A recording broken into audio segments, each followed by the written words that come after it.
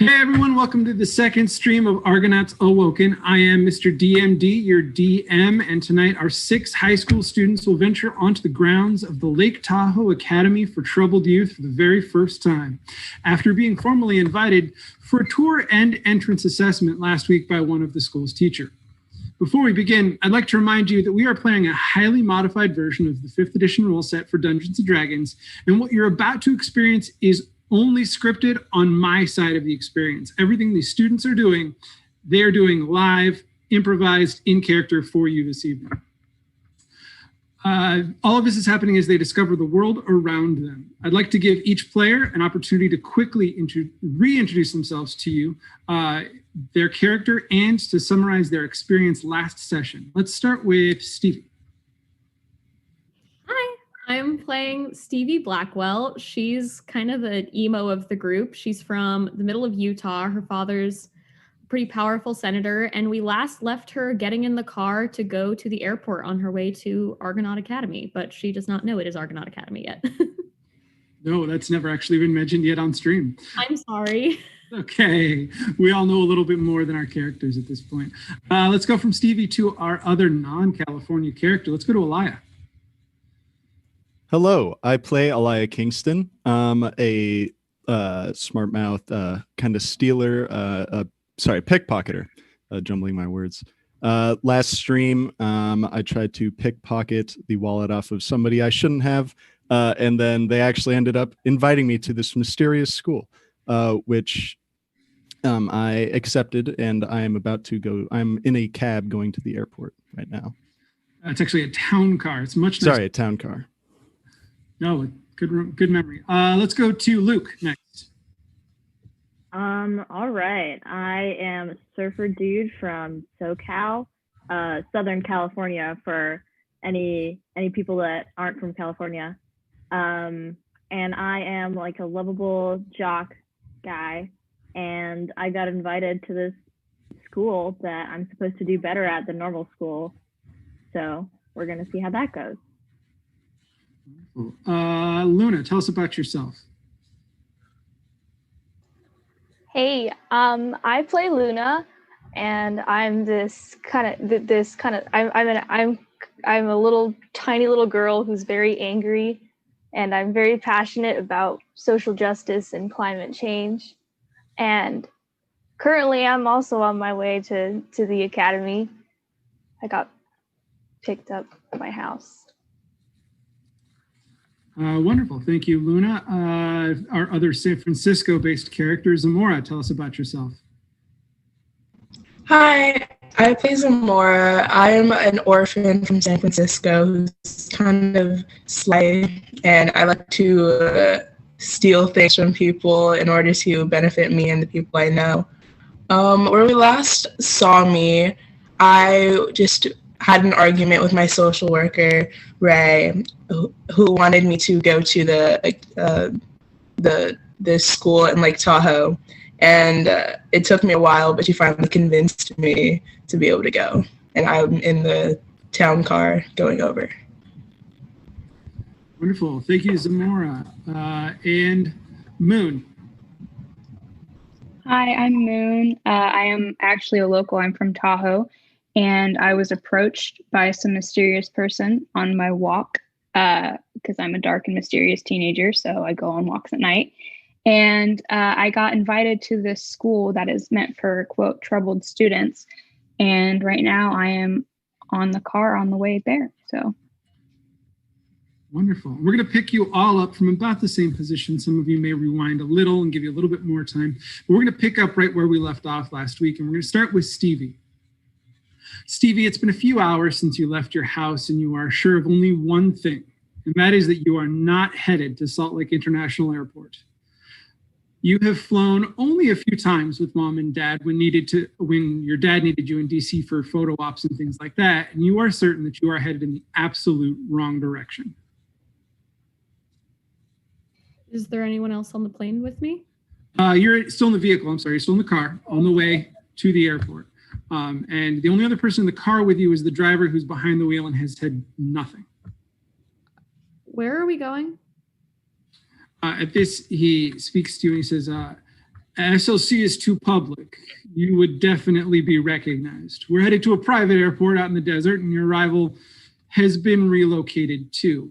I know you were expecting Sacramento, but there's a smaller airport in Tahoe that will help us be a little more discreet. As he says this, he takes an exit and you begin traveling down a long, single-lane road. Why do we need to be discreet? Aren't I just going to a school? Yes, but someone as internationally well-known as you, we want to try and keep your movements a little less known. Okay, I guess. So you sit in the car, and a few miles later, you see it. There's a private, single runway airstrip with a large hangar at one end that you drive up. The driver takes you all the way down the runway and parks in the hangar where the black Subaru from yesterday is currently parked. Set up in the corner of the hangar is a table, and the skeletal man that you met last night sits reading a newspaper. The car stops, and the door opens. Mr. Tepps, Rad as you know him, looks at you and returns to his paper. The driver says, "Have a seat. Breakfast will be brought to you." I have a seat and I'm like, "Hi, what's happening? This is kind of creepy." As you approach Rad, you notice that he's reading the sports section, and you barely hear him say under his breath before you start speaking, "You really should stop competing. It's not fair to the rest of them." As he closes the paper on an article about the recent record-breaking exploits of Michael Phelps. He says, "Good morning, Miss Blackwell. I trust your ride is satisfactory." Yeah, it was fine. Why are we in the middle of nowhere? As I'm sure your driver explained to you, you are very well known amongst the people of this country, and it is important we keep your travel under wraps. Yeah, but this whole thing is just kind of weird. Yes, I am aware you might be nervous. I assure you that there is no reason. You will be very safe. And in that vein, you may order whatever you like from the man who will bring you the menu in just a second. You should definitely eat something, as there's a very long trip ahead of us, and your next meal will not be for many hours. Okay. He returns to reading his newspaper, and the driver walks up. He's removed his coat. He's got an actual white server's apron wrapped tied around his waist, and he hands you a printed menu. He says, "Can I get you something?" Do you guys have waffles? Without even looking at the menu, as you ask that, he takes it. He says, "Yes, I can get you some waffles." And he goes back behind a curtained section of the hangar, further in the back corner. And he returns just a few seconds later with some very fresh, very warm waffles. And he asks, "Would you like any syrup with that?" Any what? Syrup? Can I have whipped cream? Yes, of course. And he walks back behind the curtain, comes back with a fresh can of whipped cream. You could tell that condensation is growing on it. It's so cold. And he says, "Would you like to do it, or would you like me to do it?" I got it. And I just mountain it on. Wonderful. He takes the now empty can from you and walks back behind the curtain. Rad says nothing to you as he reads his paper. And you sit there in a slightly awkward silence for about 30 minutes until you hear the sounds of a plane landing at the far end of the runway and taxiing toward the hangar that you are currently in. A small ground crew emerges from a door nearby and moves to the back of the hangar with a fuel truck. And as the plane stops, they get to work refueling a luxury private jet. Nice. That would be all right.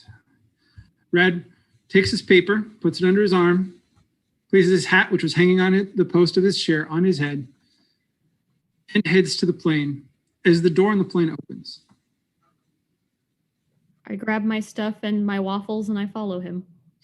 As you follow him, a woman you've never seen wearing an AC/DC t-shirt and torn sleeves leans out of the airplane and shouts, "Rad, is that you? They sent you to get the senator's daughter." You watch Rad whinge a little at the loud woman. "Really, Ms. Reyes, your discretion could be most appreciated." She smirks and gestures to the flight crew. These guys can't hear me, and points to her ears, indicating that they're wearing ear protection. Plus, they won't remember any of this anyway. Then she turns and goes back into the plane as Rad tells you, well, it's Blackville, shall we? Yeah. And I walk past him because I think the lady in the ACD shirt looks cool. ACDC shirt. You board the plane and are not surprised by the interior. You've only flown on private airliners your entire life, as the senator doesn't trust commercial flight. And they have all really looked exactly like this one, all the same, all small, all cramped, and all like they should be underwater and not in the air. What does catch your eye is that there is another young person on the plane. Alaya, where are you sitting on this plane, and what do you look like when Stevie sees you?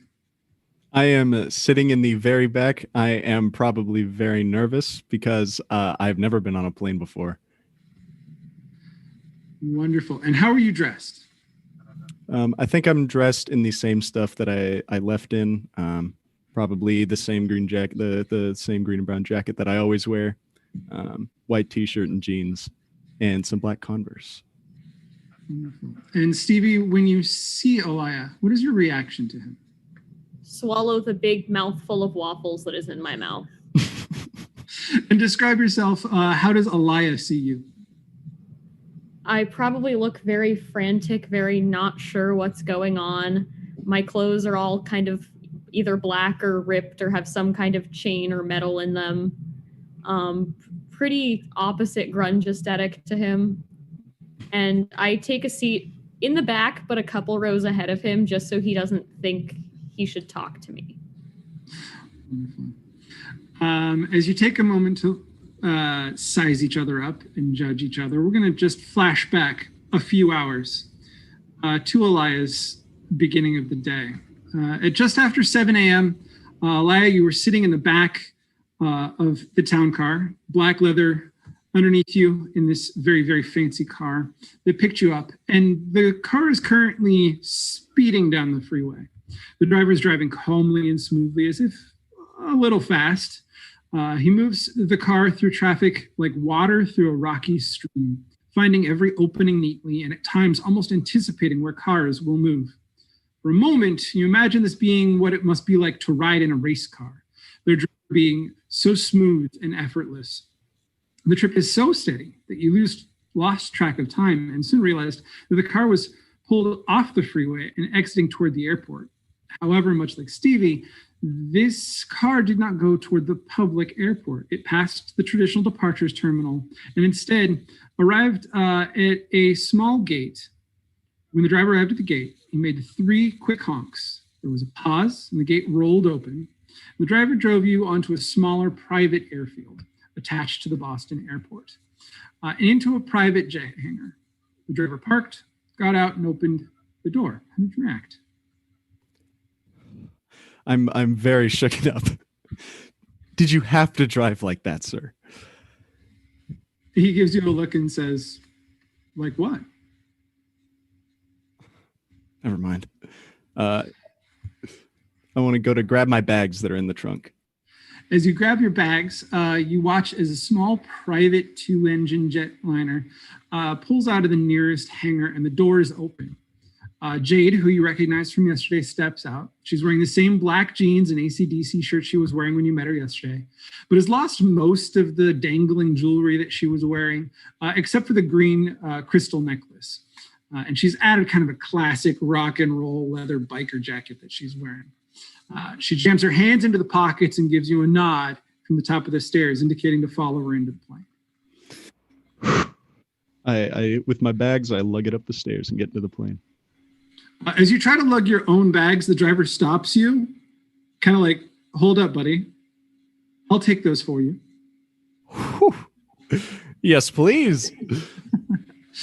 He takes them from you and you watch out of the corner of your eye, ever suspicious that you're going to get robbed, as he loads them onto the plane, not doing anything that you would want him to not do, doing everything you would want him to do with the bags.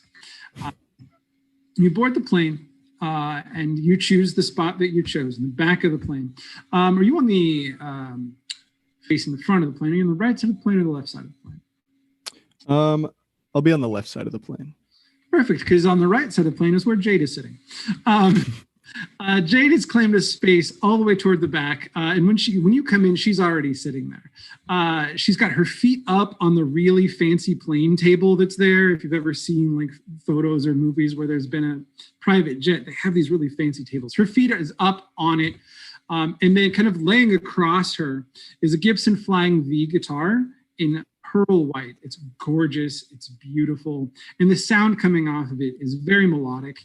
She's playing kind of more fiddling than anything with it, and on the ground underneath her sits a Marshall personal amp. It's about the size of a Bluetooth speaker, and she's just kind of fiddling away on the guitar.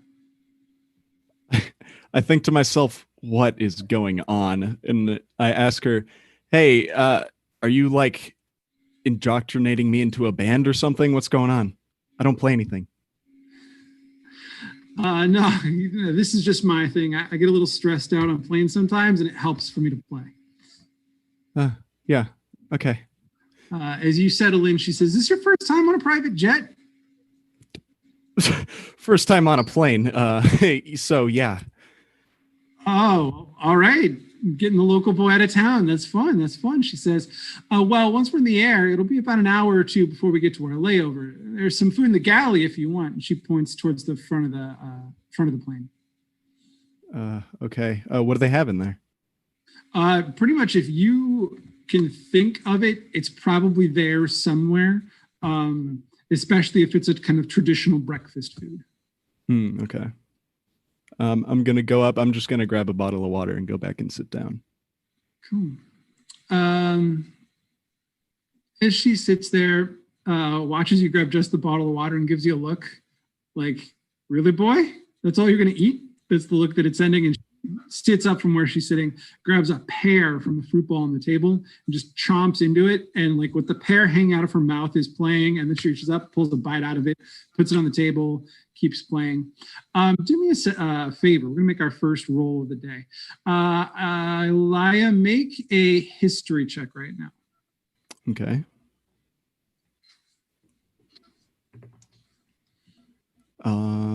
16. You don't recognize her. You do kind of recognize the piece that she's playing, but you can't quite peg where you recognize it from because it's not exactly in the same tempo you're used to hearing. It's a little slower, a little more melancholy. Is that your own version of the song? Well, it's the original version from when I wrote it. What? And as you look at her, you begin to recognize her a little, but you can't place where you recognize her from. There's no way you're not in the band. What band are you in? I wasn't in a band. I was a star in my own right.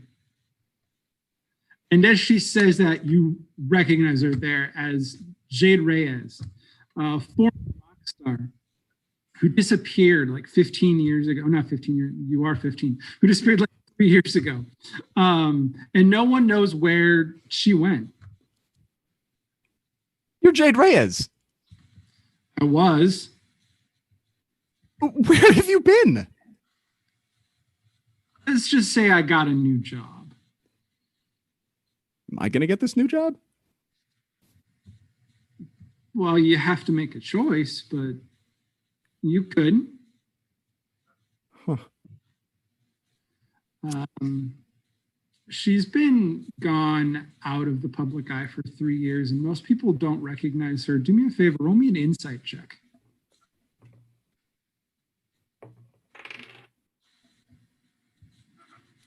Um, 11.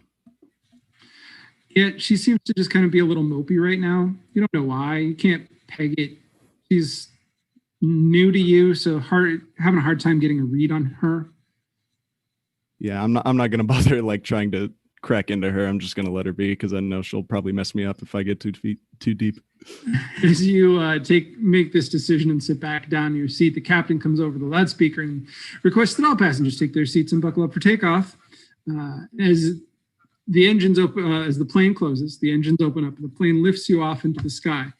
And as you stare out the window into the sky, taking off your first flight, you feel a little bit more comfortable than you have in a very long time. What are you thinking about right now? This isn't as bad as I thought it was going to be. It's beautiful from up here. And as as Elia in his plane heads toward his fateful meeting with Stevie, we move back to San Francisco. Zamora, you sit in the town car you left in as it moves about the busy streets of San Francisco, moving through several neighborhoods when the car stops in front of a house you do not recognize. A girl dressed in all pink being trailed by carrying suitcases and 3 younger boys all rush out to the car. The trunk pops open and the driver says, "We will be picking up one more passenger." How do you react to this news? You're lying. I give the biggest eye roll in my life because I look at her and she looks like a Barbie doll, threw up on her. And I'm just like, this 5-year-old is coming with us to this school. Wow, okay. As you say that, he gives you a nod like, yeah, she does look a little ridiculous. And then he says, "I just drive the car." You rushed out of the house and said your excited goodbyes to your family, and you opened the door of the town car expecting for it to be empty. And you see Zamora sitting there. We already know how you look in your just ton of pink. Zamora, how do you appear when Luna sees you for the first time? My hair is in a big, really messy bun because I'm not like other girls. I have this really big, oversized Rihanna jacket. I'm wearing cargo pants with a bunch of pockets, just really slouched over, chilling in the car, relaxed. Wonderful. Luna, what are your thoughts as you see this person? I didn't expect there to be another person. I was really hoping I would not have to socialize with anyone else. The driver tells you, "Get in, we have a table to keep." Fine. I kind of just get in and I don't even look at the other girl. As you both sit there in silence, not looking at each other. The driver drives for about 30 minutes, and as he's crossing over the Golden Gate Bridge, says, "I'm allowed to stop to get you all breakfast if you'd like. Just tell me where you'd like to stop. You just have to agree on one location." Anywhere? Preferably a drive-through. We do have a timetable. What'd you say? I said Denny's, but it doesn't have a drive-through. That's kind of stupid, in my opinion. But whatever. I don't really care.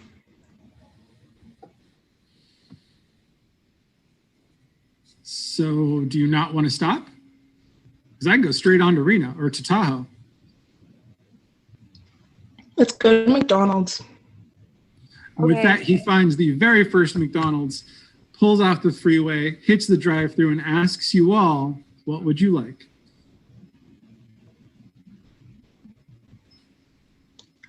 I want a 10-piece chicken nugget It's breakfast time. with a large. Okay, and your point. And he nods and 10-piece says, chicken nuggets. "May have a hard time getting chicken nuggets at breakfast." I actually agree with Then what why? Laura is getting. I think I want chicken nuggets too. So he turns to the speaker and says, "Can I get 2 10-piece chicken nuggets?" And begins to have an argument with the speaker about the fact that it's 8 a.m. and they don't serve chicken nuggets before 11. Kidding What do me? you do? I get out of the car and I go inside the store to have a word with them because I want my chicken nuggets.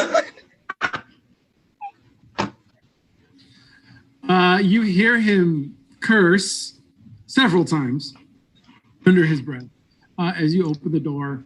And he says, ma'am, you're going to set us back. I don't care.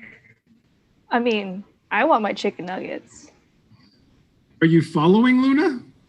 No, I'm just going to sit here and watch. So he manages to pull out of the drive-through, actually having to go all the way around. While he's doing that, Zamro, you're inside the McDonald's. You walk up and there's this young, very skinny, red-headed boy standing behind the counter. And the second you walk up to him, he looks nervous and intimidated already because you are giving off that, like, I am angry vibe. What do you say to this poor boy? Give me my chicken nuggets. And he says, ma'am, I'm not allowed to serve chicken nuggets before 11. I grabbed him by his collar. I pulled him closer to me and I said, give me my chicken nuggets. I don't want to be here right now, but I am. So you're going to make this easier for both of us. Let go. I let go. Roll a perception check. Okay.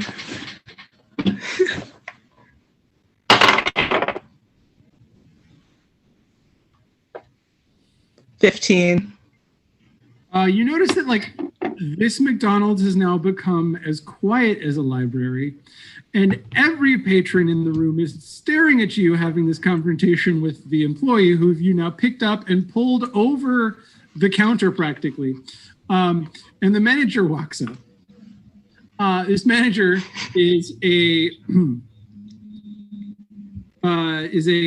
woman. She carries herself with a very intense seriousness and says, "Young lady, put my employee down." We were just having a chat. Sorry, ma'am. What did you want? May I please have some chicken nuggets, please? This kid that you just bullied is shaking with fear. And the manager taps him on the shoulder and says, "Take a break." And he literally runs away. He runs to the back room. You hear a door slam somewhere back there. There's a fry cook. He's laughing his butt off right now. This is the funniest thing he's seen in weeks. And the manager turns to you and says, "Now, what can I do for you, young lady?"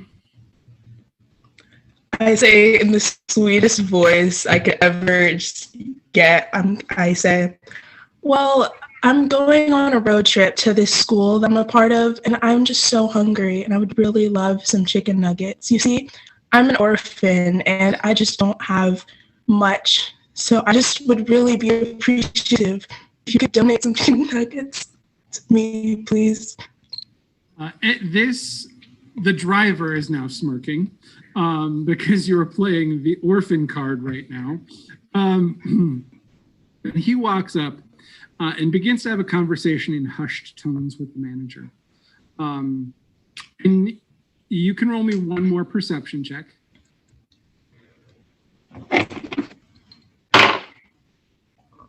19. You watch him very subtly shake this woman's hand and catch just the slightest glimpse of a bill coming out of his hand and into hers. And she says, "No problem. How many chicken nuggets did you want?" As many as you can give us. She says, "One moment." And about 10 minutes later, because it's not breakfast time, and they have to go get them and make them fresh for you, you've got two 20-piece chicken nugget boxes. One of them is given to you, and the driver takes the other one before you can even put your hands on it and says, "Can we go now?"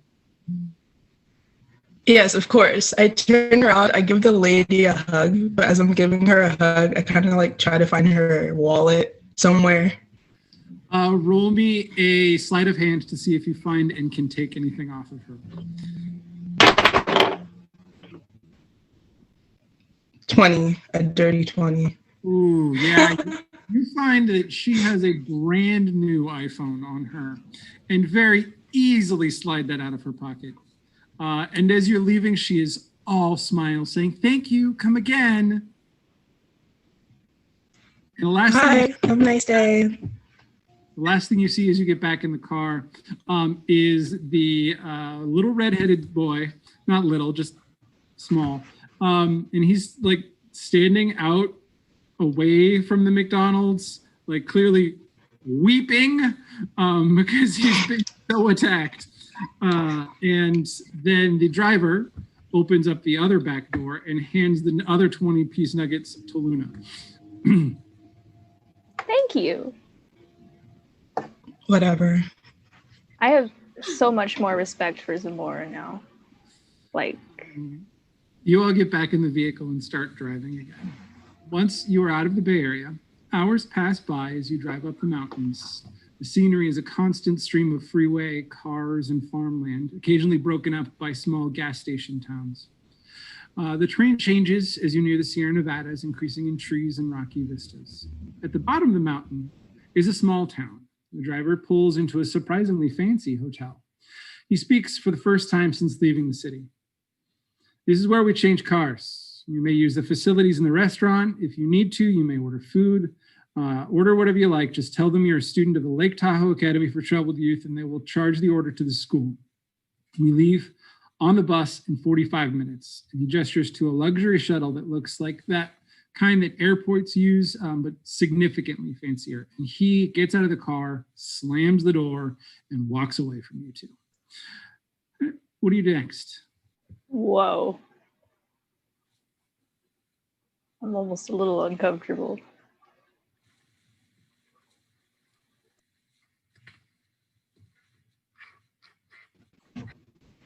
I'm quiet.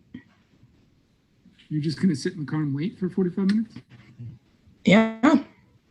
I'm eating my nuggets. I don't care about anything I else. finished those nuggets a long time ago. It's like a 3-hour drive, from more than that, from Tahoe to San Francisco.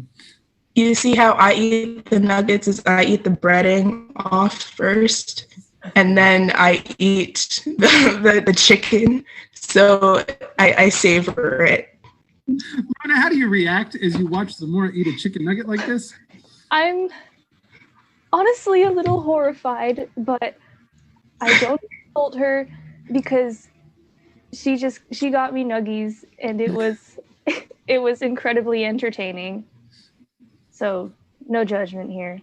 Maybe a little bit, but no verbal judgment. Cool. So you sit in the car and wait for the 45 minutes before the bus is ready for you. As they wait in the parking lot of this extremely fancy hotel, we transition upstairs to the luxury suite where Luke has stayed the evening.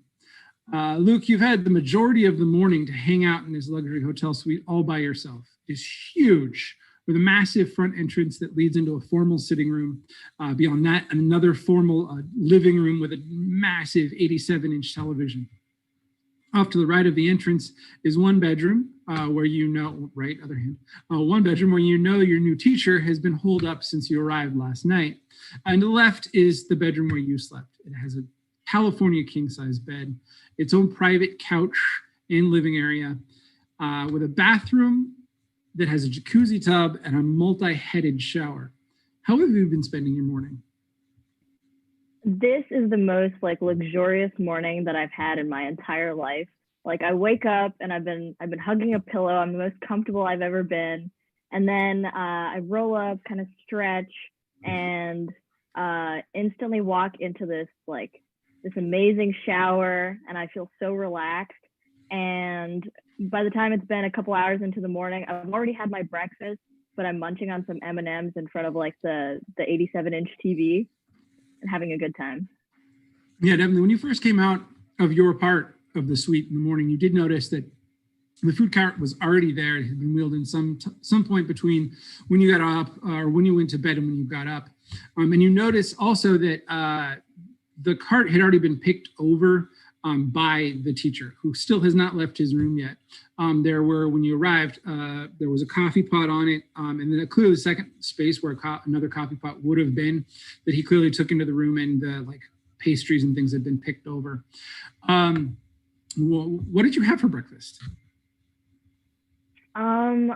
I had a lot for breakfast. I saw some French toast on there, so I grabbed some of that. I grabbed some eggs. I grabbed the entire pitcher of orange juice and somehow managed to finish like all of it by the end of the morning. Yeah, pretty much anything I could fit into my stomach. Wonderful. So, and you're now kind of sitting on the couch, noshing on these M&Ms now. And it's about 11 a.m. And the teacher finally exits his room. He is now wearing, what he's wearing is shocking to you. It's so different from what you saw him in yesterday. You saw him in a wetsuit and then jeans and a t-shirt. He enters the room. He's wearing a full-on kilt. The kilt is a tartan of copper and red. He wears a tan cotton shirt with the top 2 buttons undone, which you can barely notice underneath his massive beard. He has a swath of matching tartan cloth draped over his shoulders and attached to his kilt. He still wears the leather wrist strap with the green crystal on it. And he's pulled his hair back with a leather band and braided his beard, clasping it with a metal bead made of copper. And he says, "Sorry to have left you alone all morning, boyo, but it takes a long time to make this look pretty." I kind of look at him up and down and I'm like, dude, is that like the uniform we have to wear at this new school? No, they make me put this on for the special occasions. Drives me nuts. So are you ready? Wait, so this is the special occasion outfit? So is this what everyone at school has to wear on special occasions? No, it's what they make me wear. All the teachers wear something different to represent their part of the school. You notice he catches himself, like he's about to say something that would reveal more about the school than he's actually revealed so far to you. You, by the way, still have not learned his name yet. Right. So what can I like call you, man? I'm sorry. I was so busy last night. You can call me Ferg. Sorry, can you say that again? Ferg. Ferg? How do you like spell that, man? Like F. F? Ferg. Right. Okay. I still don't get it, but that's fine. It's a traditional name my mom gave me. All right. So you're like what is it? Irish or something? Scottish, yes. Isn't that the same thing? Oh boy, there's so much so very, very much. And as he begins to massage his temples, there's a knock on the door. Okay, I'm gonna set down the TV remote and kind of get up and then go to open the door. And as you open the door, it's another trolley full of food. This is lunch. When Dude. food is wheeled in, Ferg sits down at a table and he grabs a tray. It's a covered tray. Clearly, this is like his order. He knew it was coming. Sits it down on the table. He sits down in a chair, pulls the cover off, and he dives into this meal. It's a hearty meal. It's got a large, hot roast beef sandwich, a heaping helping of French fries, like the largest pile of fries you've ever seen. A side salad that's more the size of a full salad. And he picks up a metal drinking cup. Like solid steel. And he begins to drink out of it. And you definitely, without even having to try, can tell that that's beer in that cup.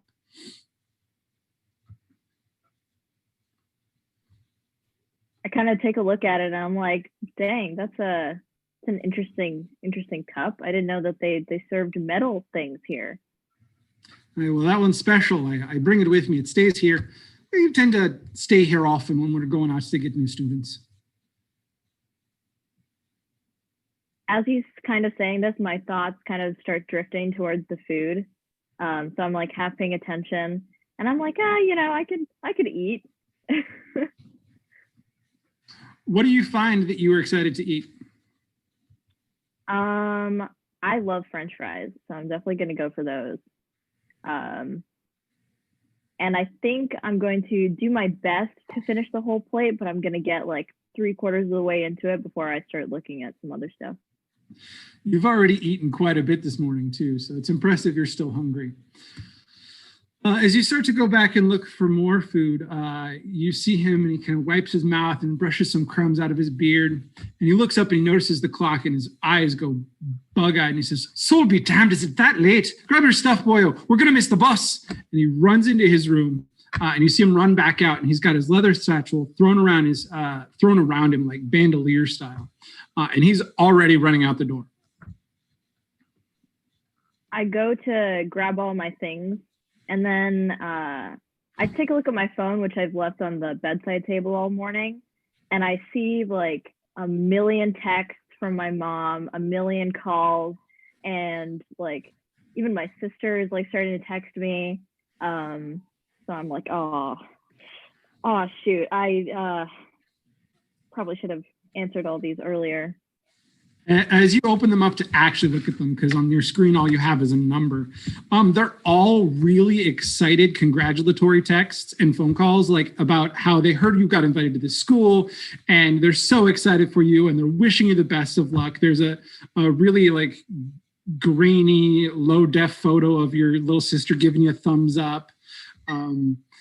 It's all support. Oh. That's I wonder who told them. So I'm just gonna like start answering texts as I grab all my stuff together. And as I'm walking out, I still have my phone in my hand, like texting with one hand. I'm like trying to walk ahead of me. As you get into the parking lot, you find waiting you a fancy large shuttle bus. And you watch as Ferg rushes into it, clearly pulling his best impression of the White Rabbit.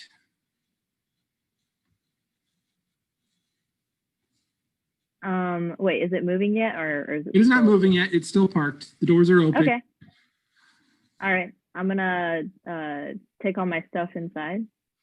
As you board the bus, you hear several voices already in the bus in addition to Ferg's. And Luna and Zamora are already sitting on the bus. Where are the two of you sitting? Luna? In the back. Zamora?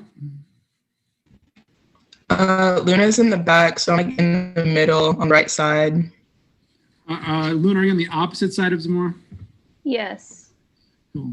So you walk onto the bus and you see this small girl clad completely in pink on the back, far left side, as far away as she can be. And then towards the middle, you see Zamora in her coat, sitting clearly taking up the entire bench in a very Forrest Gump style seats taken moment.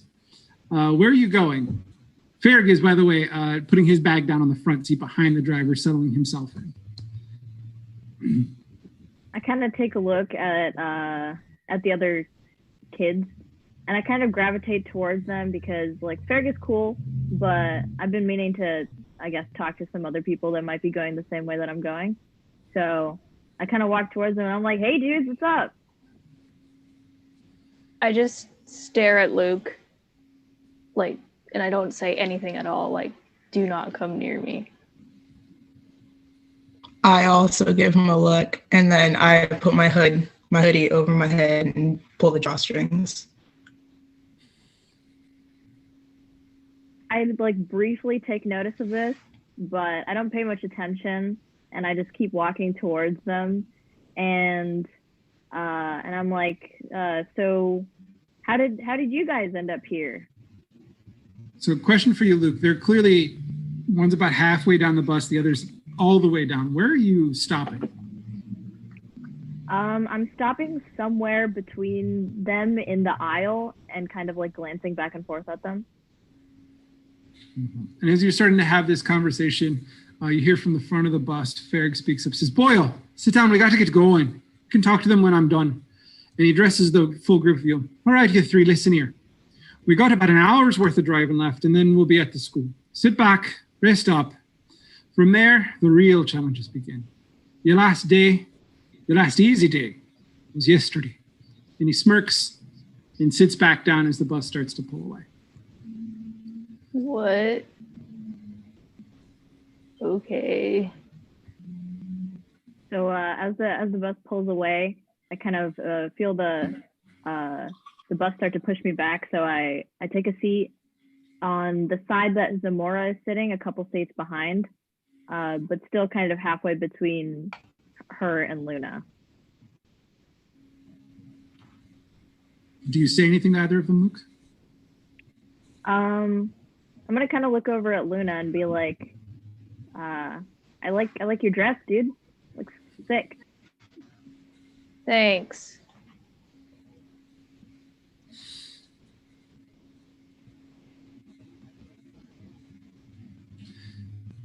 And as the awkward tension hangs in the air, you notice the trees begin to thicken as you take the road deeper up the mountain and into the forest.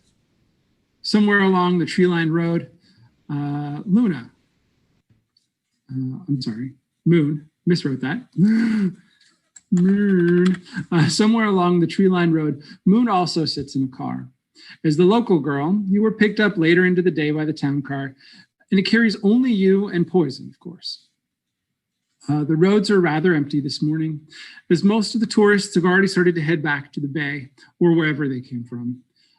You ride in silence, your driver never speaking, and after about 10 minutes of riding, your town car comes up behind a rather fancy-looking shuttle. Doing its best, the shuttle is, to make its way up the mountain and through the winding forest roads. In a moment of slight terror, the driver chooses to pass the shuttle in the oncoming lane, but there are no cars and the shuttle quickly fades behind you. What are you thinking as you're driving through the forest? I wonder if there's a field trip happening. The drive continues, and as it does, the driver takes several turns onto roads that seem hidden within the forest. The forest grows denser and the roads more rough until after about an hour of driving, you're now on a road that barely qualifies as paved, with trees thick on either side. There's another turn and you pass a rather serious-looking wooden sign framed in stone with the words, "The Lake Tahoe School for Troubled Youth," carved into it. And under it, another sign that reads in bold black letters on a yellow background, "No trespassing, students and faculty only." This new road was once clearly paved, but now cracked and broken up by tree roots and the passage of time. How do you feel now as you travel deeper into the forest? I'm a little nervous because the route we took, I kind of didn't recognize, and I'm a local, so it's a little iffy for me, and I'm starting to question if I made the right decision. After about 10 minutes on this darker road, the car stops at a gate. The driver honks a series of short and then long honks, and the gate opens itself. You ride into what was once a parking lot that has long started to grow over and break up, but shows signs that someone has been trying unsuccessfully to fight back nature. The car pulls to a stop in front of a flight of several wooden stairs leading up to the front doors of a rustic-looking ski lodge, several stories tall. It looks like it was once quite a fancy location. You think it could have given the biggest and best lodges on the mountain a run for their money, but now its shutters hang loose, paint peels off the windows, and moss grows in patches along the wooden walls. As you turn from the lodge, you see the driver has left your bags by your feet and is driving off back the way you came. What do you do? I look for a way out of the situation because this place kind of looks abandoned, and I'm very afraid that this is something else happening. And I kind of find ways of how I could get out of there. As you begin to have a slight panic attack because you've been so focused on the building itself, you realize that there are people around you. In fact, there's several young people milling about. They all have their own bags near them. There's a small group of girls sitting to your left, all blonde, with bags that look more expensive than the entire contents of your bedroom back home. At the top of the stairs is a boy wearing a polo shirt with a popped collar, leaning against the wall near the door with his sunglasses on, clearly scoping everyone out. From this distance, he seems a little short and stocky, but leans with a confidence that is distracting. On the right, about halfway up the stairs, sits another boy. He's plucking away on an acoustic guitar, trying to work his way through the intro to Metallica's Fade to Black. I sort of roll my eyes at the blonde girls because that was the most annoying thing I've ever seen. And then I kind of try and stay away from the guy with the sunglasses because I really don't trust him. So I go over to I kind of just like try and go out of sight from him because I don't know what his deal is. And I go over to the guy with the guitar and I kind of try and start conversation and be like, so what are you in for? You know, man, some lady teacher came to say I was a really good guitar player and that I could learn how to play better here. Wait, so you got invited for music and not being, quote, troubled? No, I've never gotten in any trouble before. I don't think I'm at the right place. Why do you say that? I mean, did somebody invite you? Yeah, this like hippie looking lady invited me. And I don't know, I thought I'd come here to, learn more about myself. I feel like I took a wrong turn, maybe. I mean, yeah, I get that. Like the lady I talked to said something about like getting in touch with the world, like being better at what I do. And I kind of get that vibe. I didn't mean that hippie lady. Mine looked like some old rocker. I sort of like take a moment and I'm just like letting it sink in because it's a bunch of various groups of people. Like it's a lot of different types of people. So I kind of go, okay. And I kind of go over and try and find a spot where I can just sit down and kind of wait until further instruction. In a rather secluded spot up on the upper deck near the door. No one started to camp out up there yet. And you managed to hide a little. And as you're setting up there, you notice a bus start to drive up. And inside the bus, Luke, Luna, and Zamora have made their way up the mountain too, passing the old sign for the academy and taking that all too narrow road up the gate where tree branches scraped and scratched at the roof and windows. Upon arriving at the long wooden stairs, the teacher at the front of the car gets up. All right, then, we're here. The driver will unload your bags, and in about 20 minutes, the door will open, and you'll be welcomed into the foyer where the headmistress will greet you all. If all goes well, we'll see you in the evening. And he quickly leaves, and he leaves you in the shuttle alone. I do like a double take, and I look out the window again. As you look out the window, you see the same sight Moon saw, a small group of about half a dozen, all blonde, all tall, very Swedish looking girls with very expensive suitcases, very well made up. They almost look like they could all be related. On the one side at the bottom of the stairs, the short, stocky, popped collar polo shirt guy at the top of the stairs. Further down the deck away from him is Moon herself. And then halfway up the stairs is the guitar playing boy. This is the school.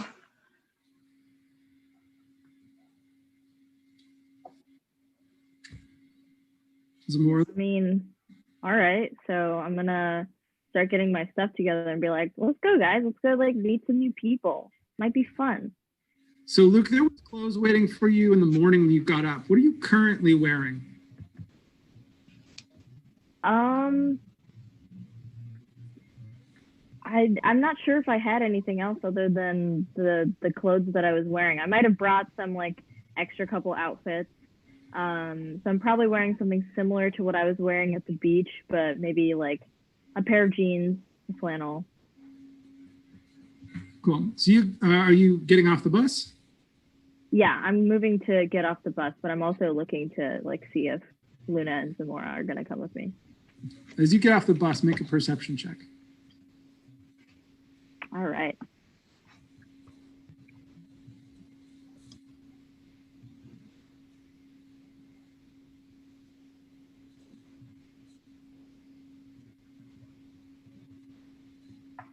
$18. You notice as you get off the bus that the boy at the top of the stairs with the pop collar and the cargo shorts, you've got his full attention as you come off the bus. All right. I kind of take notice of this, and seeing as this seems to be like the one guy that's paid attention to me for like the last couple of hours, to kind of walk over to him and I'm like, hey, what's up? He looks you up and down. He says, did Ferg invite you? He did. You know him too? Yeah, you could say that.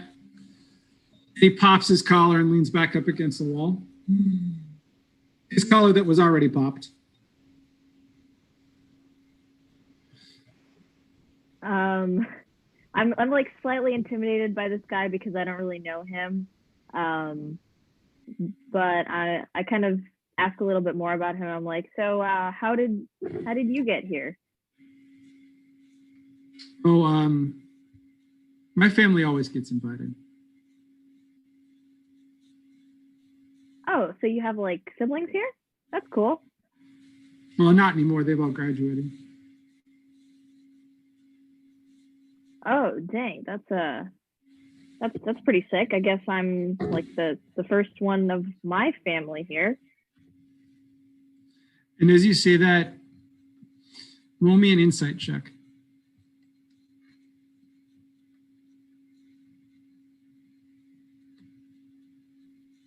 8. Yeah, you don't notice any sort of different reaction to him, except for the fact that he's not looking at you anymore. He's looking at the crowd. Zamora and Luna, what are you doing? I don't want to get out. This place looks suspicious, and also there are people that I do not want to have anything to do with. Roll me a perception. I'm waiting for Luna to get out. Okay. Luna, roll me a perception check.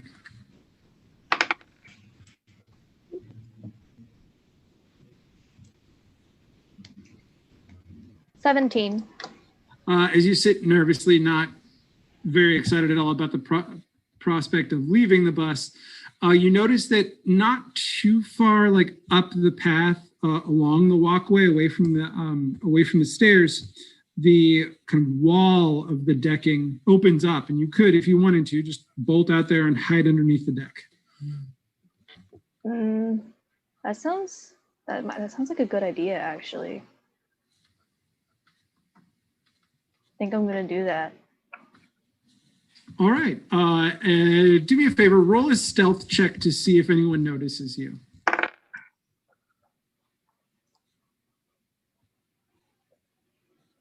11.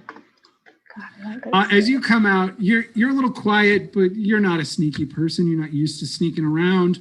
And you're just kind of trudging off the bus.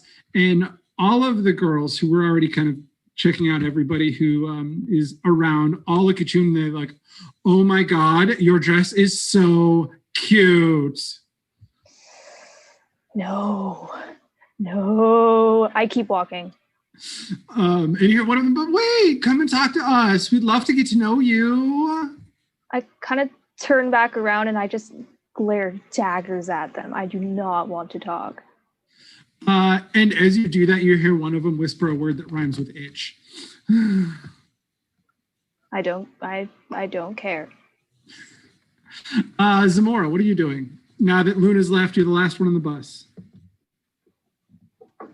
I get off the bus and I kind of do a quick look over, and I see no one that I find remotely pleasant. But I decide to go over to the blonde girls because they look rich. They look gullible. They look very so I'll go over to them to see if there's anything I could borrow from them. You walk off the bus and I remember that I have the... No, go ahead.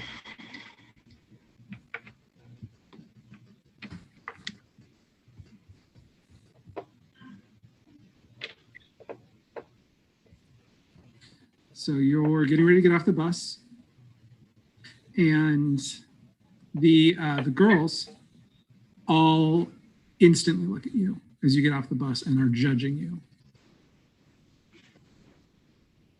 What do you do? I pull out the new phone that I that was given to me at the McDonald's from that one lady, because I feel like they would like me more. I could trick them into liking me if I have an updated device like they do. Wonderful. So you walk up and you pull out this very fancy, very new phone. And their judgment, you watch, melts away just a little. They're skeptical of you, but you've proven you may have a little bit more value than you appear. And they don't stop you from approaching them. I walk up to them and I go for the one with the ponytail, and I reach for her ponytail and I say, "Oh, you have such nice hair." But as I'm like, it's going to sound weird, like straightening her ponytail, I like go to the back of her neck to unhook her necklace to try to grab it. Roll me a sleight of hand to see if you can steal her necklace, because this is a fancy necklace. It's way nicer than it should be for going to a camp school. A 4? No, she feels you going for it and she bats it away like, "What are you doing? Play with my ponytail, you freak." And as Zamora people here are kind of rude. As Zamora completely fails to steal this necklace, we will take our bio break. So we'll come back in about 5 minutes as the cast and I get our quick little break here, and we'll be back with the landing of the plane.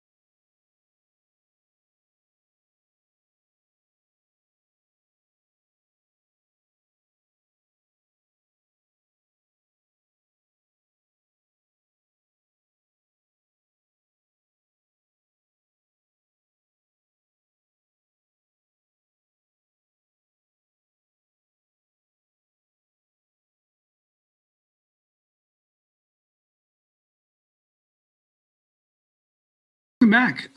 We just left all of the majority of our party on campus as we move down the mountain to a small airport built for private planes and small single-engine luxury aircraft. Our plane, carrying Alaya and Stevie, lands softly with a gentle bounce on the tarmac and taxis to its own private hangar. Jade is the first one up, packing up her guitar, and she spent most of the trip playing it. So to see her move so quickly up was a little bit of a shock to Alaya sitting so close to her. And she says in a very hurried voice, "Okay, everyone off the plane and into the car. We are so late." She throws her gig bag over her shoulder, snags her jacket, and is running down the stairs as they are still opening. Rad rises, removing a pair of earplugs that he has put in shortly after takeoff, and echoes her. "Children, we must move with haste as our travel has taken longer than planned, and we mustn't miss the instructions." What do you do? Okay, geez. All right, come on. The emo convention's outside. Hey. I get up still, even though I'm offended. As you get outside, you notice that the hangar is empty except for Rad and Jade, who are in a discussion where Jade is heated and Rad is being very curt. "Well, that is what happens when you are so tardy," Jade says. "I know, but how could they leave without us? They knew we were coming, and with the girl too." Rad holds out a hand. "Control yourself. Ms. Reyes, we have the time we need." Jade says, "The ceremony starts in 5 minutes. We do not have the time we need." I turn to Alaya and I'm like, are they trying to get us to Tahoe in 5 minutes? As if I would know. As Jade finishes mocking Rad, he gives her a very angry look and moves over to a door near the back of the hangar. They continue to bicker. Do you follow them?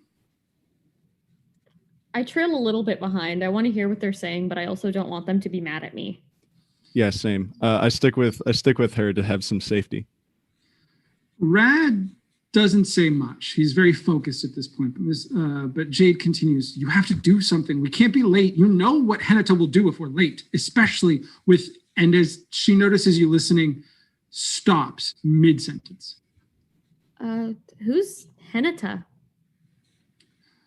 Rad pauses and gives Jade a very dirty look and says, "You will meet her soon, but first we must get to the campus.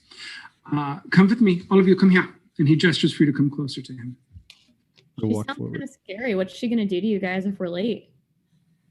"We will be on time. We have plenty of time," he says. He says, "Come closer, please." You said we have 5 minutes. "Which is plenty of time if you come closer, please." Okay, coming. Jeez. He says, "Ms. Reyes, if you would watch the hangar door, please. I'm about to break one of Henata's rules, and I'd rather not be seen by the veiled." Jade turns her back. I close my eyes because I don't know what he's talking about, and he just said he doesn't want to be seen. I just kind of turn around and... As you do that, he's not you, he's a veiled, and he goes to what he was about to do. Jade turns her back to Rad and looks over the hangar, her eyes always wandering. She says, "You're clear. Where are we coming in?" And Rad says, "Through the first door, Janet's closet." And you watch as he pulls out a black leather pouch about the size of a sandwich bag from a pocket in his coat. He opens it and pulls out a small blue piece of chalk. First, he draws some sort of letter in each corner of the door. First the top left, then the top right, then the bottom right, and the bottom left. While crouching, he makes a semicircle on the ground around himself, connecting both sides of the door. He draws another figure above the handle and then stores the chalk in the pouch, brushing his fingers on his pants as he returns the pouch to his jacket. He takes a few gestures, pointing at each corner of the door and then holding his palm flat against it. I lean over to Stevie and I'm like, "These people are crazy." Yeah, that's some weird graffiti that Dracula guy's doing. He then says some words in a language that you do not recognize, Alaya, but that sends chills down Stevie's spine to hear it for the second time in 2 days. And then there's a bright light that erupts around the seal of the door as he finishes speaking. He grips the handle and speaks to all of you. Children, I shall go first. When you can no longer see me, then count as 3, and then Stevie comes through the door. After that, Alaya, you will count as 3 and comes through. Why do I have to go first? It is important that we get you through before everyone else. You mustn't be found here. Fine. Miss Reyes, once they are through, breaks the circle and comes through yourself. Jade then says, I know, old man. Go on. Let's go. Brad gives the two of you a nod, and he steps through the door. And as he steps through, he opens the door. The door is a solid wall of white light. He walks into it and disappears into the light. Stevie, what do you do? I turn to Elia and I'm like, is he going to like heaven or something? Did we die? Better find out. Go ahead. It's been 3 seconds. Hurry. Come on. Go. I go. Wonderful. You step through the lights and you walk into this brilliant white light, and it envelops you. And it is simultaneously warm and cool and dark and blinding. And you feel a sense of... I'm dead. This is it. I'm dead. You feel a sense of weightlessness. As you feel that, Elia, the time has passed. It is your turn to move through the door. This is safe, right? Talking to Jade. He's like, yeah, I'm right behind you. Go. She's practically pushing. Okay. I go through the door. You two pass through this warm, cool, blind, brilliant light and feel that same sense of weightlessness. And after a few moments of this weightlessness, you feel your feet touch ground. And as you do, you step into a hallway. This hallway looks like it's part of some log cabin. Stevie, you step through first, and you see Rad standing a few feet away down the hallway. And as you stand there, dazed, having walked through this brilliant white door, he actually grabs you and pulls you further away from the doorway, because right behind you steps Elia. And then Stevie, you stand dazed. He moves Elia further away from the door. And you watch Jade come through the door, her guitar still on her shoulder. She closes it and then reopens it. And inside is a custodial closet. There are cleaning supplies. There's a mop and a bucket, other odds and ends. There's a sink. Dude, what the hell? I think I'm going to throw up. What was that? Rad says, if you must throw up, then use the bucket, please. I'm not cleaning that up. Is this some kind of weird mad prank show thing? Is Ashton Kutcher going to come out in a second? Both of you roll me a perception check.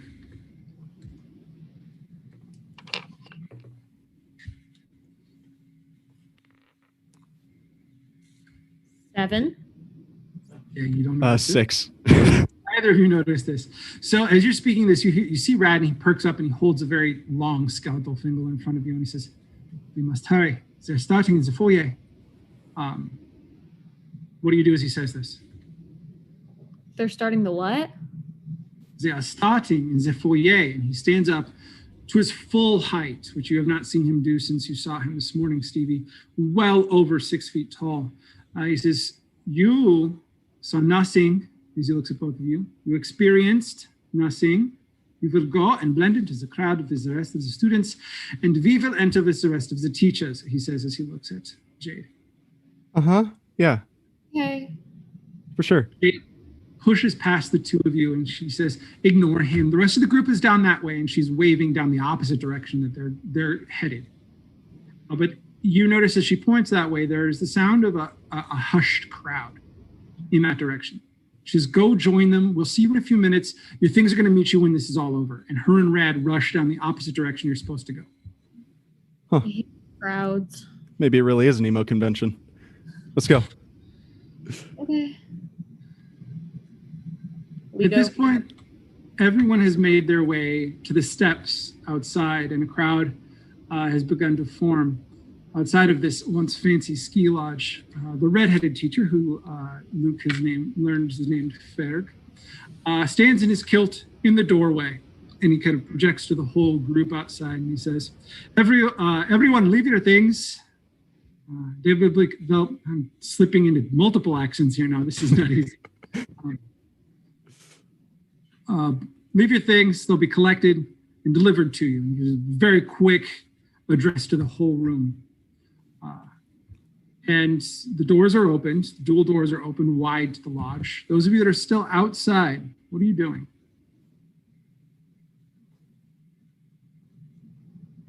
I'm just. You are inside, Elia. You Oh, are I am? inside. Oh, We'll sorry. go in just a second. Yeah, Stevie and Elia are inside.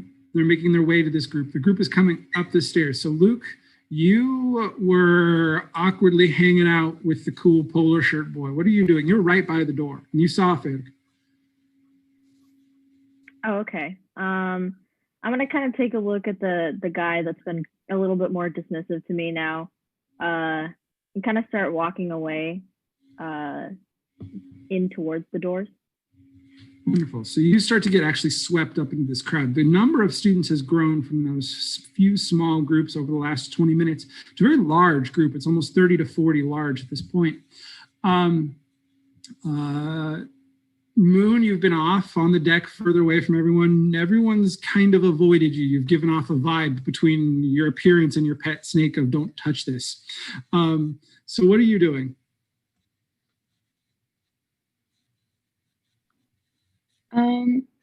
I'm like kind of hesitant because I don't know what's happening. I wasn't really paying attention. I was kind of having a conversation with Poison.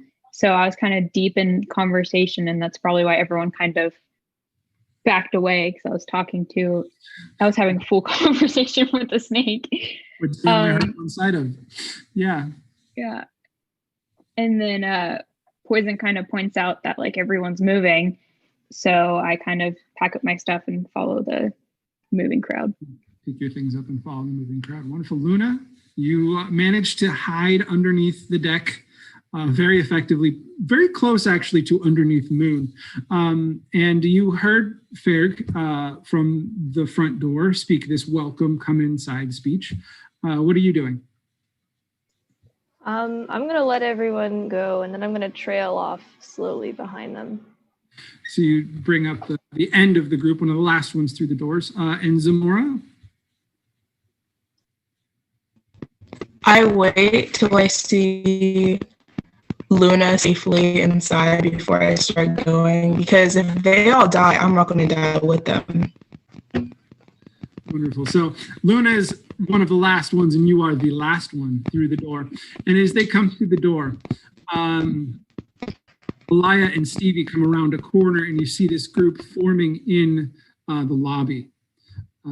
What is your reaction? There's a very diverse group of people. There's a large contingency of very blonde, very Swedish-looking girls kind of in the center of the group. There's a shorter, kind of stockier, cool guy-looking guy. We've got Luke, very tall amongst the group.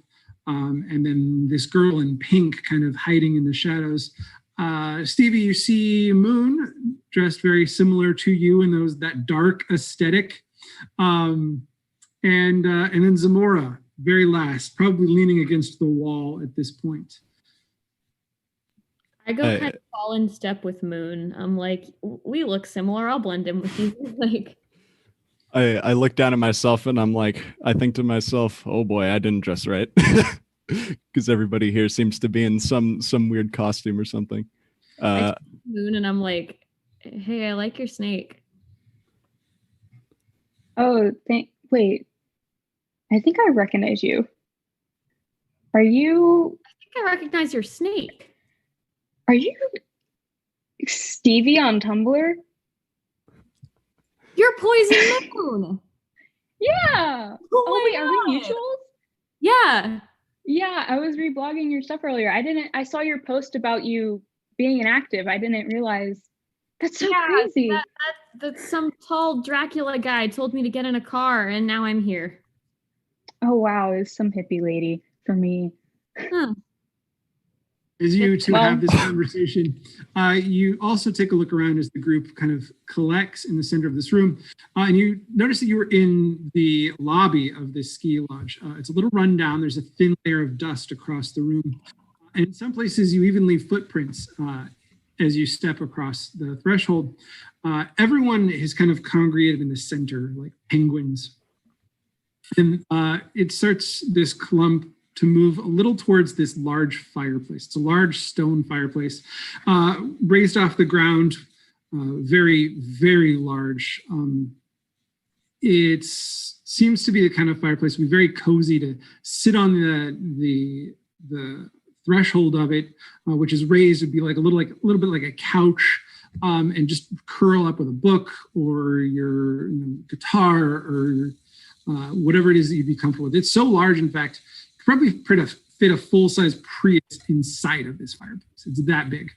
You make a note of the reception desk and some dusty old green leather couches that have been pushed to the edges of the room, and many other typical aspects that you would find in a hotel ski lodge. There are about 30 or 40 of you in total, and everyone is very anxious. There's a little murmur amongst the crowd. No one's really talking about anything specific, but the room should be louder for the amount of people, especially of the age range that you're seeing. They all look about between 14 and 16, maybe at the oldest, in the room right now. What are you all thinking? Who are you talking to right now? I'm still just catching up with Moon. We're chilling.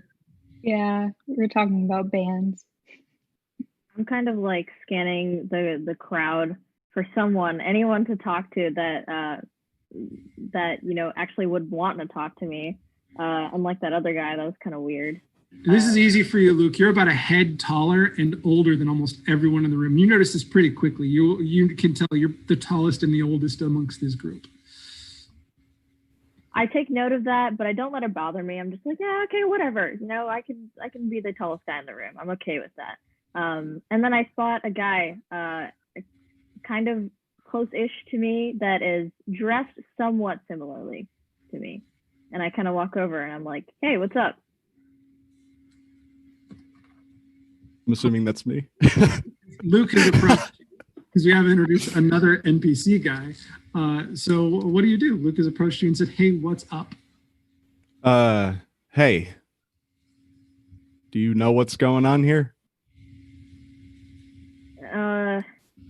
I don't think any of us know what's going on here, man. Then why are we here? As you two discuss what you're talking about, Luna, what are you doing? I don't really want to talk to anyone, but I don't know. This is a lot. This is really strange. So are you posting it near the edge of the room? Have you skirted closer to the fireplace? Where are you putting yourself in the room? Yeah, I'm more like in the corner, kind of trying to stay away from people. You're definitely giving off that stay away vibe. You're giving off the vibe of a pufferfish, but you look like a goldfish right now. You look like, hey, come and play with me, but your vibe is like, no, please stay away from me. Cool. And Zamora, what are you doing right now? I'm kind of like sprawled out on one of the green lounge chairs, couch thingies, like kind of nonchalant, chilling, because I don't want to talk to anybody. You've clearly taken up residence on a couch. You've claimed this couch as your own. No one else is sitting, by the way. Everyone else has been avoiding the couches because they're a little dusty, but I don't think you hesitate at all.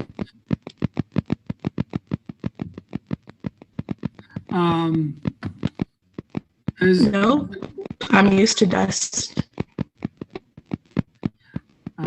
So the whole group begins to whisper more and more, and the whispers grow to a kind of hush crescendo. There is a quick, sharp pair of claps from in front of the fireplace, and the fire roars to life, illuminating a woman who appears to be only in the beginning of a graceful creep into her middle-aged years. She stands in front of the fireplace at average height, but raised above all of you, for she stands on the apron of the fireplace, making her easy to see.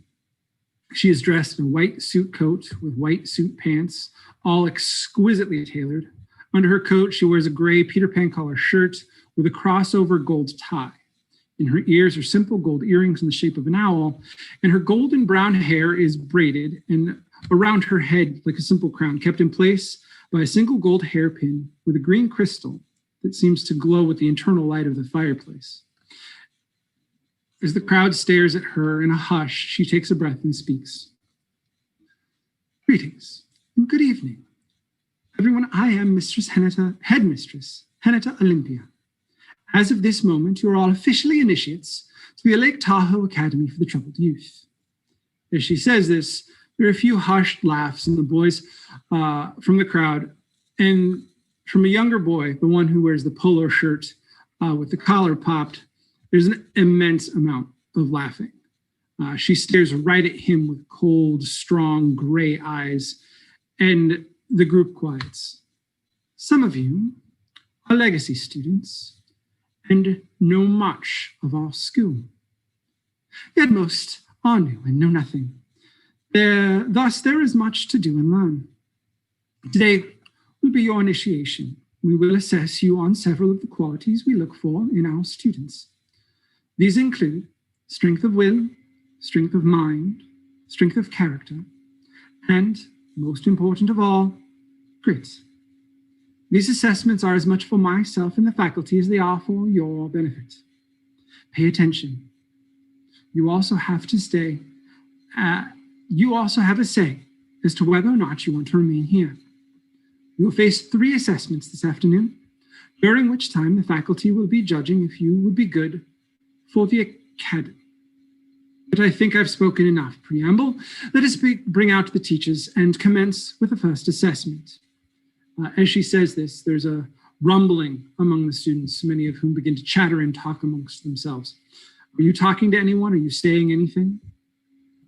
We're just jumping right into this, huh? Probably directed at Assessment already? Dude, we haven't even said if we wanted to go here yet, and there's already a test. Great. I'm just kind of looking around man. awkwardly. I kind of look over at Elia and I'm like, dang, I didn't think we'd be taking tests this early. Yeah, you'd think. What's your name? My name's Luke. What's your name, dude? Elia. Elia. How do you spell that? Alaya. Sick. Think about it later. Okay. Luna or Zamora, are you talking to anyone? Are you just staying in your spot, taking it all in? Yeah, I'm just taking it in, but I'm determined to ace this test. I'm kind of starting to fall asleep a little bit on my couch. It's kind of comfortable, not gonna lie. As Zamora starts to fall asleep, Henata claps her hands twice again, and the fire flares up. All eyes lock onto Henata, and she says, "Let us begin." There is the sound of a door opening somewhere down the hall, and 5 people enter the room. Several of them you recognize, or at least a few of you recognize them. The first one is a tall, red-haired man, the teacher that Luke met, Ferg. He still wears his kilt of copper and red and his tan cotton shirt. His sleeves are rolled up, and you can see tattoos on his arms that are very visible. They're dark blue ink in designs and shapes that you can't make out from this distance. Entering behind him is a tall black person. They wear tan slacks with tan socks and brown loafers, a tan belt, a perfectly pressed blue Oxford shirt with a gold bow tie, and over their shirt they wear a charcoal tweed jacket with black elbow pads. Their hair is cut close, and they wear a gold watch on their wrist. Following behind them is Jade, Tara, the hippie girl, and Rad. They're all dressed exactly as you saw them before, except Tara carries a small bearded dragon. Jade does not wear her leather jacket and is still missing several of her chains and jewelry that you saw on her, Elia. And Rad does not wear his bowler hat. All of these people stand along the raised space in front of the fireplace, shoulder to shoulder in a line. As they settle into their line, Henata speaks again. To this point, your assessment has begun. We are observing your reactions to the challenges put before you. Some of them will be obvious, others more subtle. Like this first one. It is at this point that I tell you that the Lake Tahoe Academy for Troubled Youth is not a boarding school for teens, but something much more. We are a school that trains young people for a much larger, some would say heroic purpose. Dr. Tepps, if you would, and she holds her hand out gently to Rad. She takes half a step forward onto the edge of this raised fireplace and says, everything you know, everything you have learned, everything you have ever been taught is a lie. As he finishes, he reaches into his coat, to his sleeves, and he pulls out his cufflinks, first the right, then the left. These are the cufflinks Stevie saw with the skulls and green crystals in the eyes, and he slides them into his suit pocket. There's a slight tingle in the air, like that feeling you get when you hold a charged balloon close to your skin. And he brushes his hands across the front of his jacket, and the color of his violet jacket changes where he brushes it to a dark green that matches his shirt.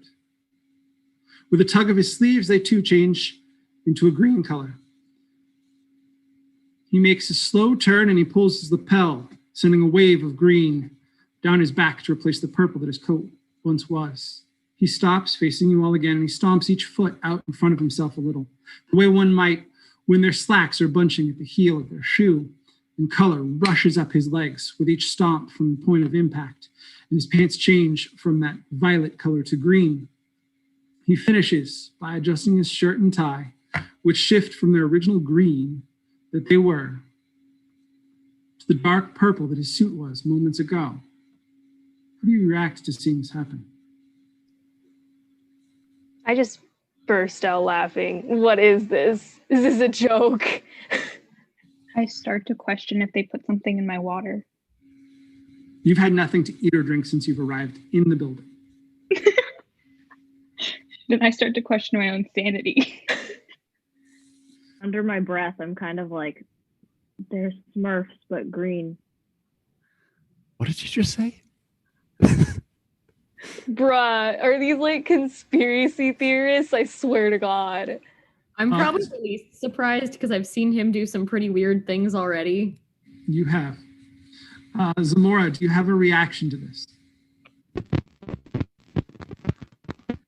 I pull out the phone and I kind of start recording because, again, if we die, they're going to have documentation. As you pull out your phone, you notice the battery's dead and it won't turn on. It was fine before you walked into the building.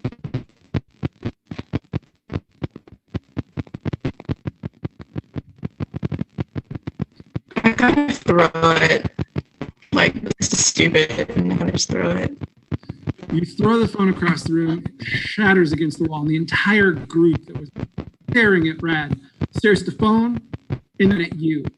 All 30 plus heads are looking right at you. And as the tension in the room builds, you hear that same full clap of Henita's again. Henita steps forward. Thank you. To some of you, this knowledge is not new. Others felt it like a scratch that they just couldn't itch, or something that is lingering just outside your peripheral vision. While she's speaking this, she reaches up and pulls the golden hairpin from her hair, and the green crystal loses a little of its glow. As her hair falls down, time seems to dilate and slow down, and with a ripple like a pebble in water, washes over her clothes. The change from the almost tailored business suit into something more fashionable is subtle. It washes over her like water, and it changes from the suit to a fashionable gray wool half poncho-like cape thing that ends at her torso just above her waistline. Over a white shirt and gray dress pants, and as the ripple ends, her simple flats change to wrap sandals in accents of gold. Clasping her cape together is a small gold medallion with an owl on it. This change is less dramatic. How do you react?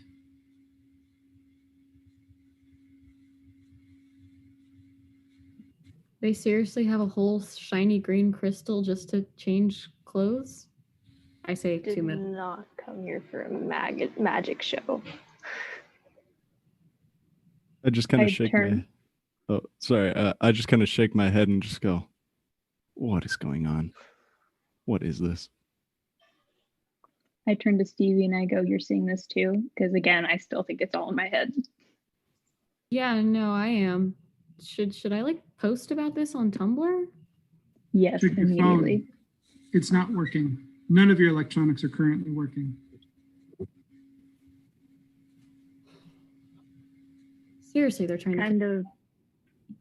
I kind of look around and I'm like, this reminds me of the time that my mom took me to the circus. It was pretty cool.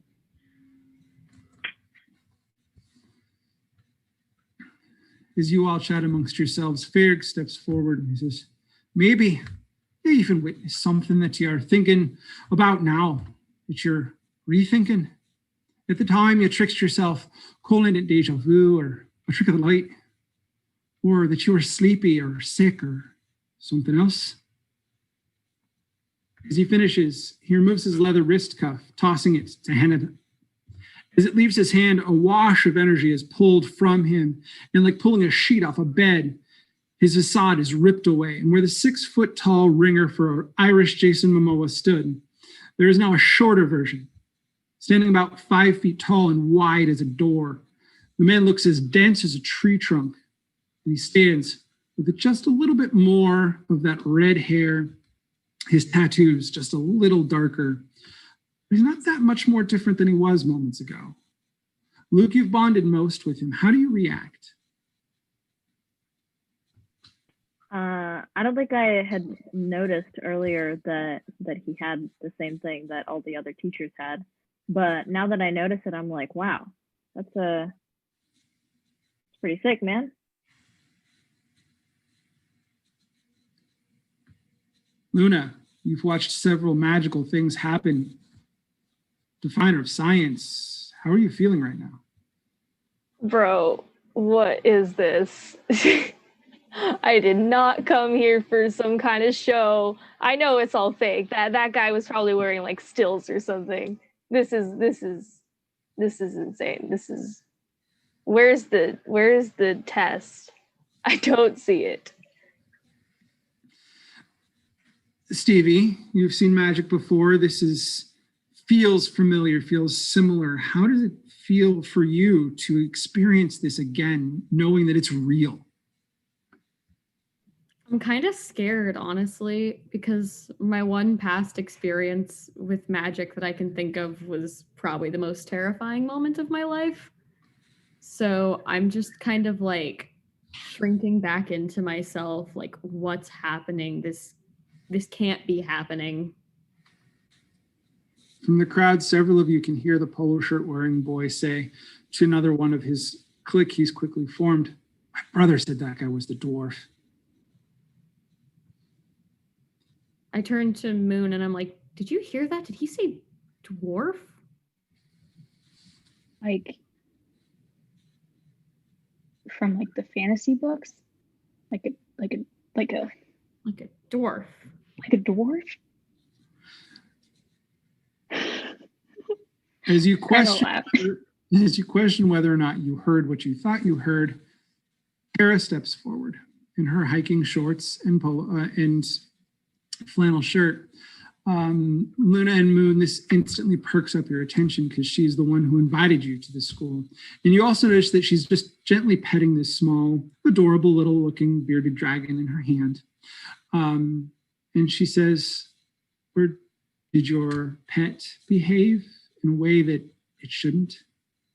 Did you see a creature in the forest that shouldn't exist?" And as she says this, she makes eye contact directly with Moon out of all the crowd.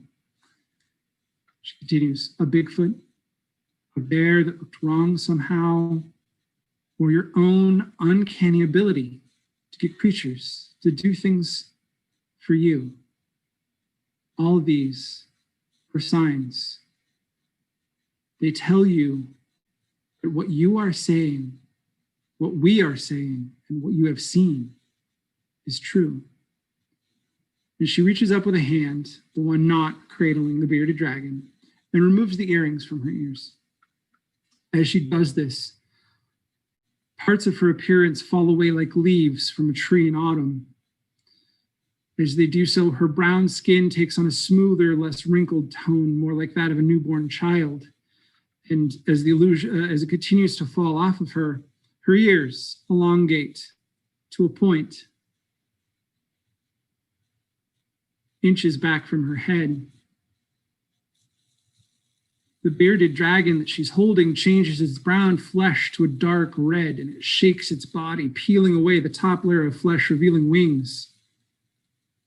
It lifts off of her hand and flies a circle around the room, actually breathing a plume of fire at the antler chandelier over your head. You feel the heat intensely above you, and the chandelier's candles are all lit. This red dragon creature settles on Tara's shoulder, its head resting on the opposite shoulder, and its arm playfully, gently whipping against, its tail playfully and gently whipping against her arm.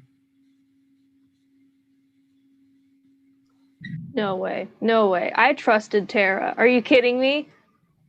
What is this? You just saw like a dragon too, right?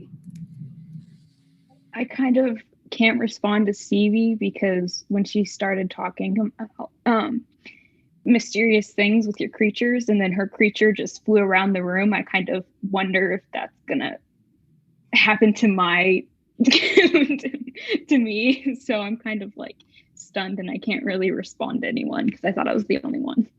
I kind of make my way to where the teachers are, and I just I'm livid. I kind of confront Tara and I'm like, what did you do to that bearded dragon? Are you kidding me? What is this? This is like animal cruelty, what you're doing. I don't know what kind of like circus this is, but that is not cool. As you do this, Tara pauses and says, these revelations can be shocking for some. And she holds out her hand to you, and the dragon crawls down towards you, gives you a little like, hey, and then kind of nuzzles in your direction. What the heck? What did they do to you? Tara whispers to you, take a breath. It's almost done. You're gonna be okay. No, I push her away. I trusted her. She was hot. I don't know what this is. As Luna continues her outburst, Henita takes a breath, holds out a hand, clearly gesturing like, are we okay here? To Luna and Tara. To Tara. And Henita says, my dear, you will have a moment where you can make a choice very soon, but I ask that you let us finish the opening ceremony. Fine. I kind of back away, but only because I want to know what happens next. Jade steps forward. Her chains, the few remaining chains she's wearing, jingle slightly. She says, but it's not just the creatures that you've been deceived about. There is more to people than you've ever seen, but also demons, devils, and all of the creatures that you've taught to fear their existence of. But even the idea that they are evil and to fear them is an illusion. With this, she takes the necklace around her neck, pulls it off, and like lifting a hood over her head, her entire head and body change. Her clothes and accessories stay exactly the same. There's no change, except for the fact that she has removed this golden necklace. But her brown skin has changed to a dark red, like that color of a rose. And on her head, there are now a pair of dark black ram's horns, prominent on her temples. She looks, for all intents and purposes, exactly like you would picture a typical image of the devil from medieval literature, standing right in front of you. There are gasps among the group of the initiated. Many people hyperventilating. There's a scream from one of the blonde girls. And the entire time that this is happening, Alaya, you're one of the few that notice. Jade's eyes have now turned to a golden color. Her iris is gold, and they shine just a little as she gives a playful smirk. Interesting.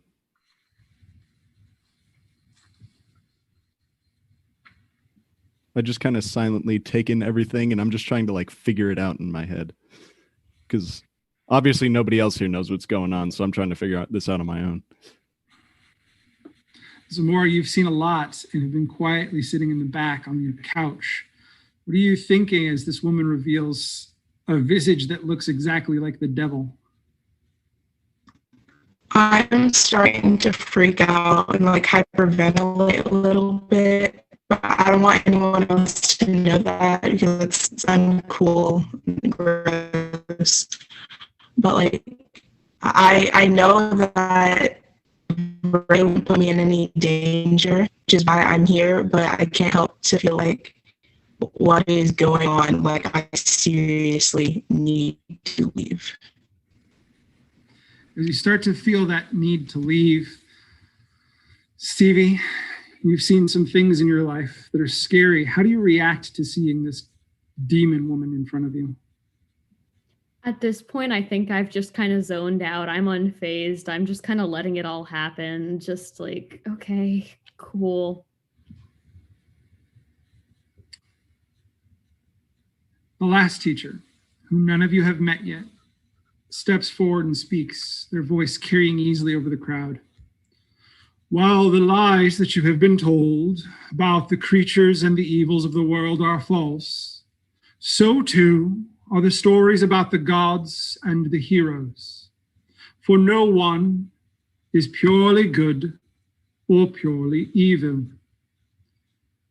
As they finish speaking, they remove the watch and slide it into their own jacket pocket. And there's a burst of pure yellow light, as if the sun itself has moved directly into the room and you're momentarily blinded. As light fades and your vision comes back, it remains dimly inside the teacher's eyes. Where they were golden brown now, they have filled with gently glowing, solid golden pool of light, completely filling their eyes. You cannot see iris or white at all, but just pure gold. Their flesh, which was aged and honestly reminded you a little of Morgan Freeman, has now taken a younger tone and is covered in tattoos of Egyptian hieroglyphics.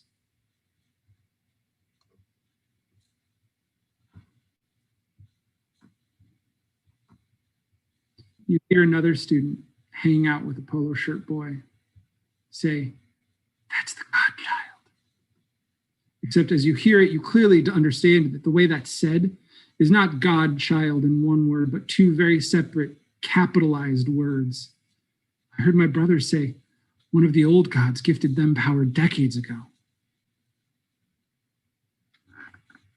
The room is very silent, and everyone in the room hears this. And he lets a slight chuckle. And they adjust themselves. How do you react at this point? Every one of those people standing in front of you has changed, at the very least, in how they appear with their clothing. I'm definitely just silent, just speechless, just kind of like, huh. Not what I was expecting for freshman orientation. Wow, okay. I knew they were conspiracy theorists. I didn't expect them to bring like religion into this. I didn't need all of that. Kidding me? I kind of blink a couple times and I'm like, all right, so we had the Smurfs, and then we had How to Train Your Dragon, and then we had the demon lady, and now we have this god dude guy. I don't really know. This is something, man. And as you all listen, that seems to be the general consensus among the majority of the room. Polo Shirt Boy and his friends seem completely unfazed. And several of the blonde girls in that group of affluent-looking blonde girls also seem completely unfazed about what you've seen. But the rest of the group seems shocked, as shocked as you are, dealing with it in some way, some complete denial that they didn't see what they just saw. further lying to themselves about what they're seeing with their own eyes. Others in shock, just standing there dumbfounded, mouths agape. And as all of this rumble continues, you hear one more time Hannah's definitive clap. And she says, "Initiates, your first challenge is thus. Choose. Choose to continue to have the veil ripped from your face and see the world for what it really is. Choose to stay here and train to be heroes for good that may change the fate of the world. Or choose to return to your old life, become ignorant again about the true ways of the world, and become one of those who we have sworn to protect. If you are choosing the path of challenge and heroism, you'll follow the teacher who invited you into the next room. If you are choosing to return to your old lives, the door is there. There's a car waiting to take you home. You may leave and you will forget all that you have ever witnessed since our teachers came to visit you. The choice is yours." And as she says this, all 5 of the teachers walk away from you all through another set of large double doors into a room that you have not seen yet.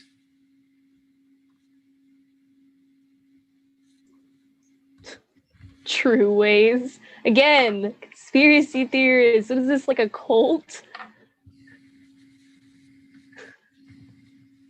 I kind of turned to Stevie and I'm like, so is this like the red or blue pill in the Matrix?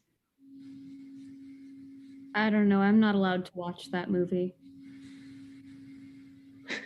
I kind of laugh at her.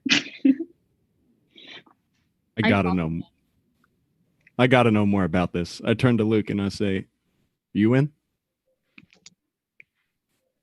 And I kind of nod a little, and I'm like, yeah, well, I mean, I'm not really going back. I don't know about you, but.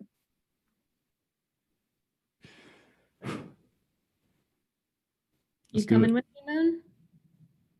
Let's go. I mean, we traveled all this way, so. I just want Definitively, Moon, Luke, Alaya, and Stevie begin to follow the crowd as it starts to head into this larger room. We'll get a description of that in just a second, but I want to check in with Luna and Zamora. Luna, where is your head at? What are you going to choose? The part about forgetting is really suspicious to me. Like, are they going to kill me if I leave? Because this feels like a cult. I kind of look over at Zamora because I'm still impressed with what she did with the chicken nuggets. I want to see what she does. Zamora, Luna looks to you, and what do you do? I feel her eyes on me, so I kind of like collect myself and stop freaking out, like mentally.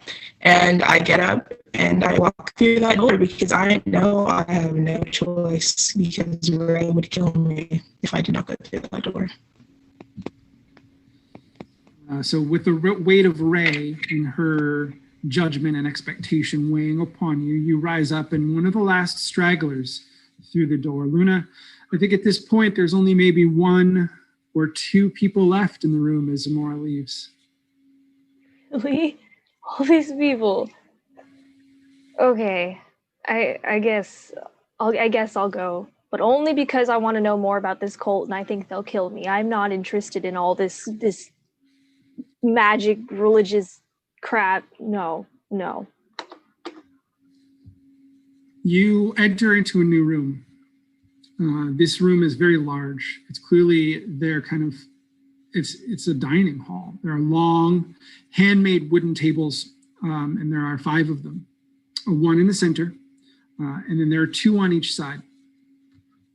Behind each table on the wall, in fact, along all of the walls, there are long draperies in completely neutral colors, lots of tans and browns.